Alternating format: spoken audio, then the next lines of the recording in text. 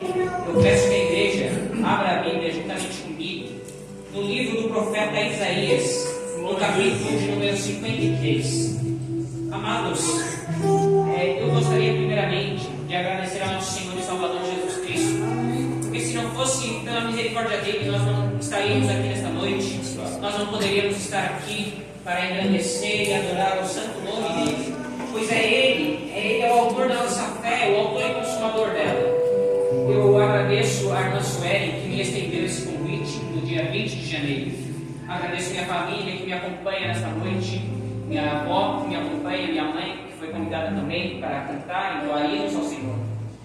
Amados, é uma honra muito grande poder estar aqui nesta noite para pregar o Evangelho a mais uma parte do reino de Deus que há de cantar Santo, Santo, Santo por toda a humanidade. Mas é para isso que nós somos chamados, para adorar ao nome santo do Senhor.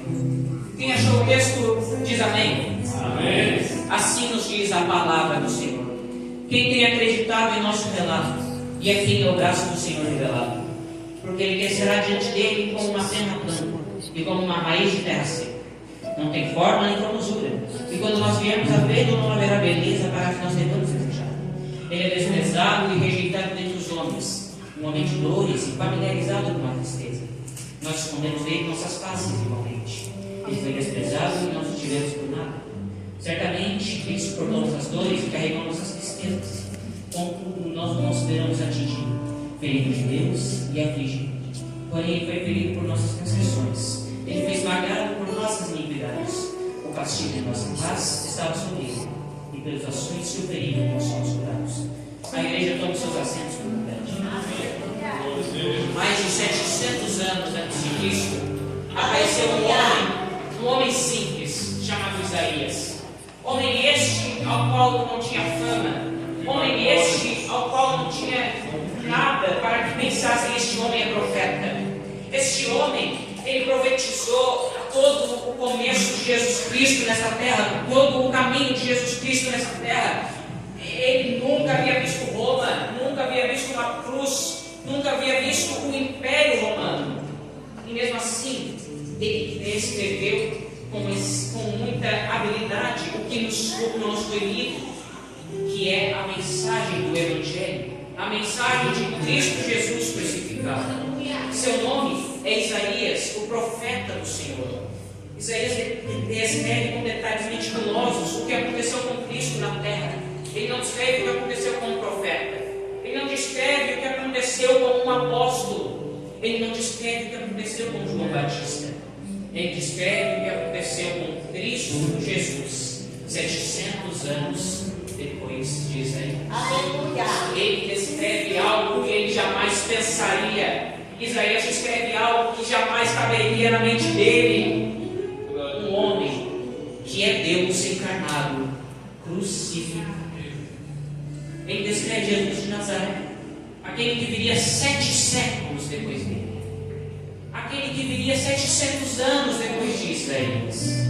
E ele fala abertamente, sem medo algum do que iriam pensar: o castigo de nossa raça estava sobre ele. Amados, o Senhor me inspirou a colocar o título dessa mensagem como o justo que traz vida a injustos. Nós recebemos a vida sem o nosso merecimento, pois todos pecamos, isso está na Bíblia, Romanos 3:23. Não há ninguém nessa igreja, não há ninguém em todo o reino do Senhor que mereça ser salvo. Não há ninguém que mereça a salvação, pois todos todos nós nos fizemos inimigos de Deus quando pecamos. Isso está na Bíblia, Romanos capítulo de número 5, porque nós somos chamados inimigos de Deus. E mesmo assim Ele entregou a sua vida por nós, que éramos inimigos de Deus.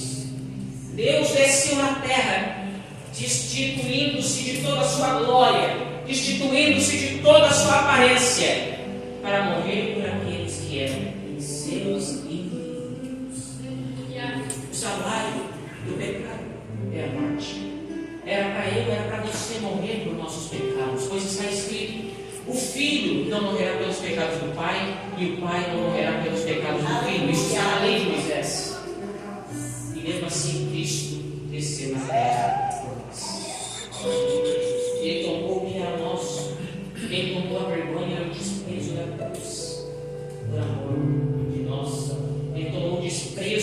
da cruz do Calvário, onde está escrito: maldito todo aquele que for bem-aventurado no maligno.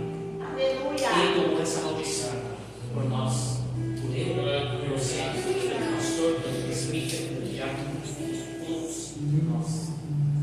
O texto ele nos traz um tema que parece contraditório. A morte traz a vida. Nós somos causos, nós acordamos todos os dias porque alguém morreu em nós. O profeta Isaías começa o capítulo dizendo: quem tem acreditado em nosso relato, e a quem é o braço do Senhor revelado, porque ele descerá diante dele como uma terra pura e como uma raiz de terra seca. Não tem forma nem formosura, e quando nós vemos a vida, não haverá beleza para que nós devamos desejar.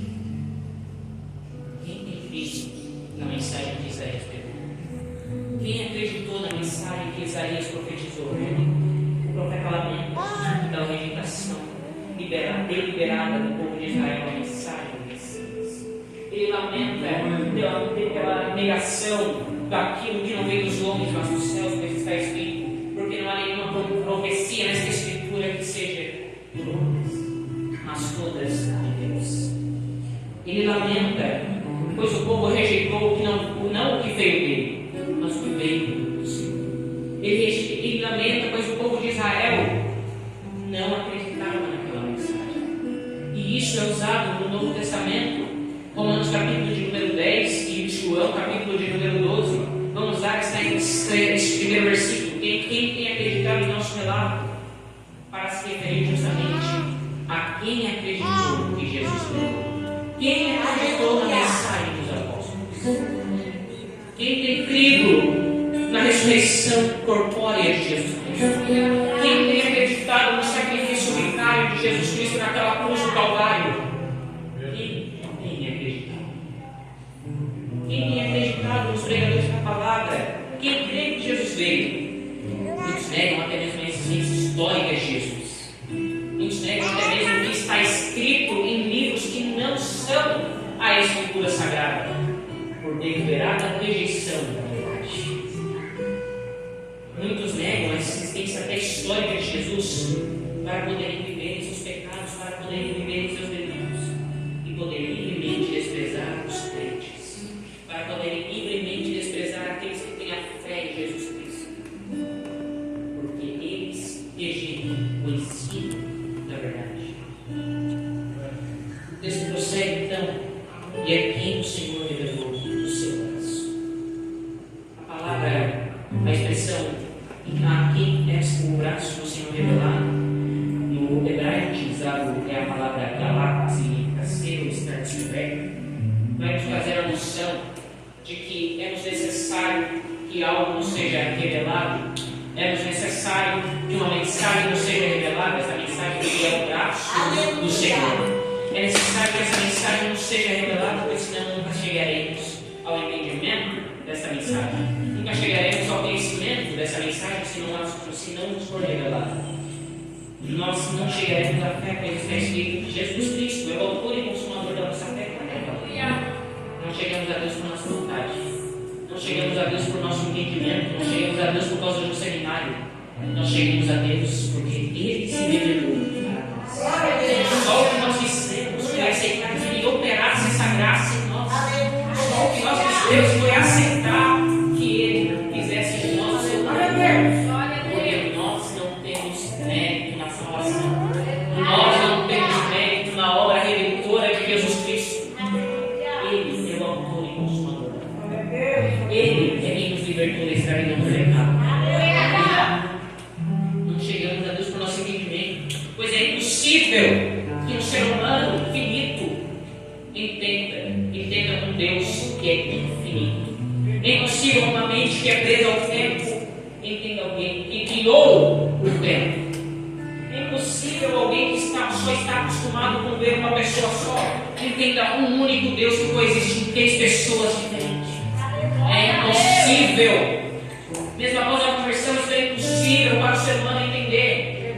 E é por isso que é necessário que o seu braço seja revelado, que a sua mensagem nos seja entregue, nos seja revelada. A expressão braço do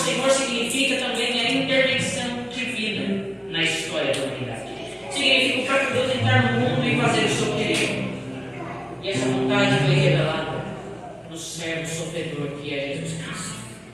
Essa mensagem foi revelada na encarnação. Essa mensagem foi revelada quando o próprio Deus, por amor, decidiu entregar-se por nós que somos pecadores. Quem entende essa mensagem? Quem é capaz de compreender o motivo de Deus plenamente justo, plenamente santo, se entregar por homens e mulheres pecadores? Quem é capaz de entender essa mensagem?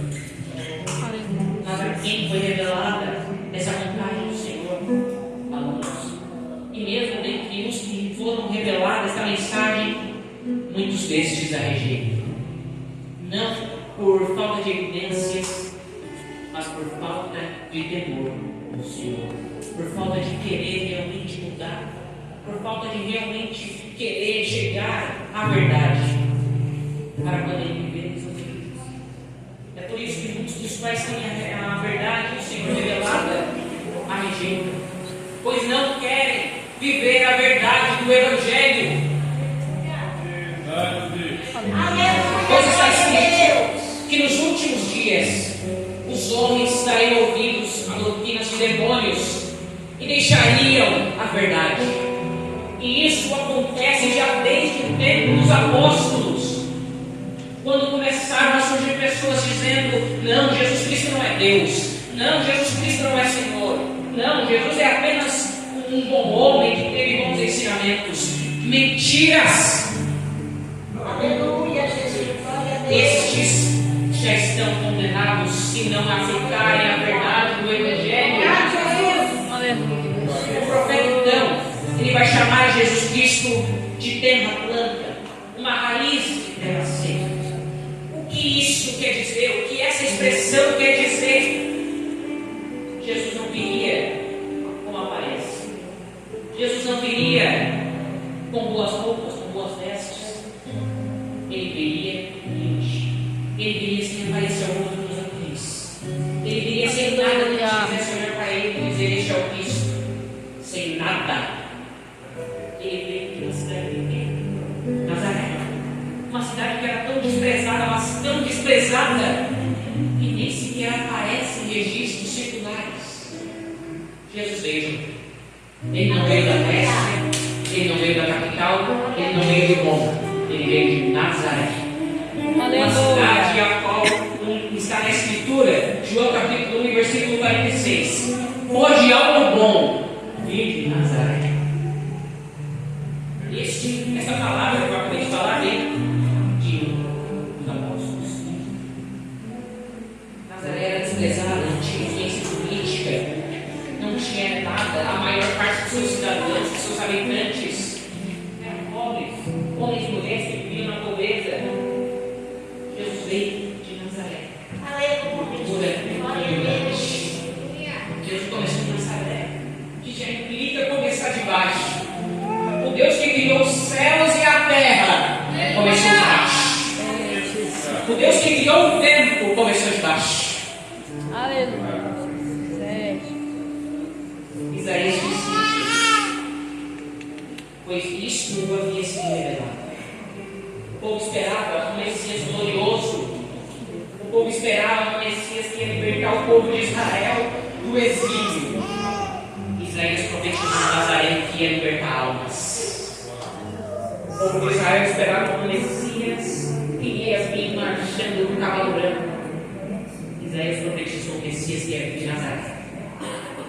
Aleluia, Jesus. Aleluia. A salvação dói o homem carnal, isso é um fato. Aleluia. O homem que não foi regenerado pela graça do Senhor não deseja a salvação.